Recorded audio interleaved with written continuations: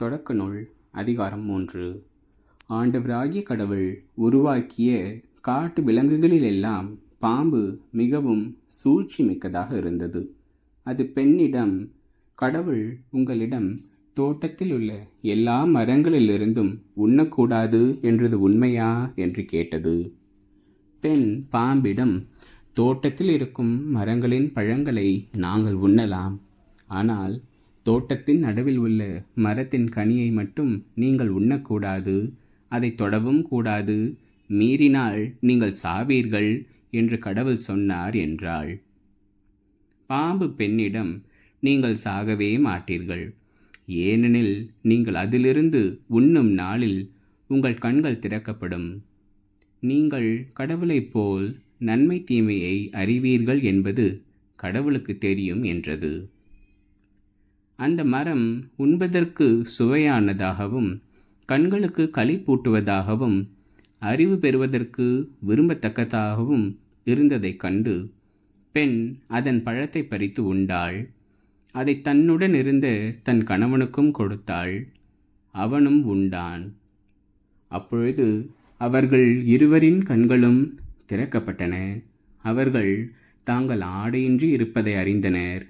ஆகவே அத்தி இலைகளை தைத்து தங்களுக்கு ஆடைகளை செய்து கொண்டனர்.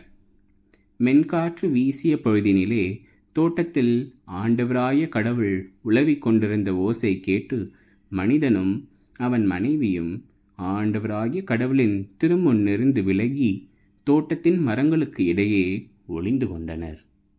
ஆண்டவராகிய கடவுள் மனிதனை கூப்பிட்டு, நீ எங்கே இருக்கின்றாய் என்று கேட்டார். உம் குரல் ஒலியை நான் தோட்டத்தில் கேட்டேன், ஆனால் எனக்கு அச்சமாக இருந்தது, ஏனெனில் நான் ஆடையின்றி இருந்தேன், எனவே நான் ஒளிந்து கொண்டேன் என்றான் மனிதன். நீ ஆடையின்றி இருக்கின்றாய் என்று உனக்கு சொன்னது யார்? நீ உண்ணக்கூடாது என்று நான் விலக்கிய மரத்திலிருந்து நீ உண்டாயோ என்று கேட்டார். அப்பொழுது அவன், என்னுடன் இருக்கும்படி நீர் தந்த அந்த பெண் மரத்தின் கனியை எனக்கு கொடுத்தால் நானும் உண்டேன் என்றான். ஆண்டவராகிய கடவுள், நீ ஏன் இவ்வாறு செய்தாய் என்று பெண்ணை கேட்க, அதற்கு பெண், பாம்பு என்னை ஏமாற்றியது, நானும் உண்டேன் என்றாள்.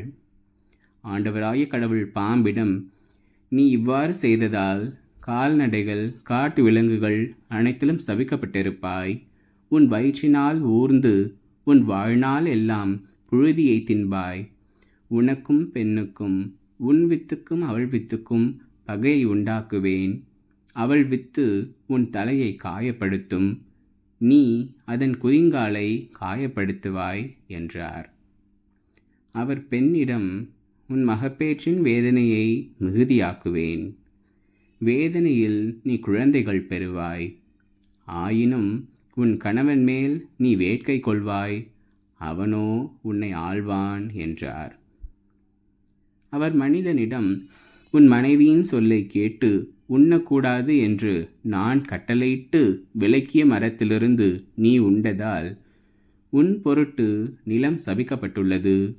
உன் வாழ்நாள் எல்லாம் வருந்தி அதன் பயனை உழைத்து நீ உண்பாய்.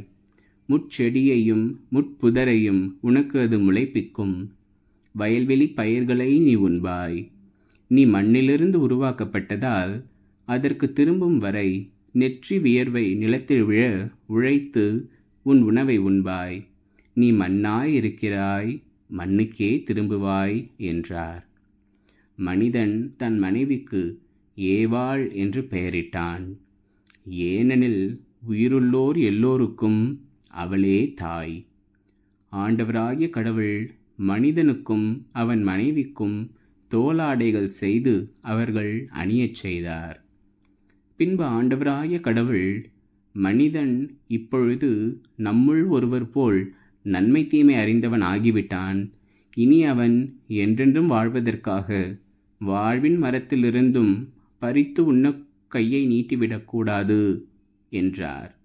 எனவே ஆண்டவராகிய கடவுள் அவன் உருவாக்கப்பட்ட அதே மண்ணை பண்படுத்த அவனை ஏதேன் தோட்டத்திலிருந்து வெளியே அனுப்பிவிட்டார். இவ்வாறாக அவர் மனிதனை வெளியே துரத்திவிட்டார். ஏதேன் தோட்டத்திற்கு கிழக்கே வாழ்வின் மரத்திற்கு செல்லும் வழியை காப்பதற்கு கெருபுகளையும் சுற்றி சுழலும் சுடரொளி வாளையும் வைத்தார்.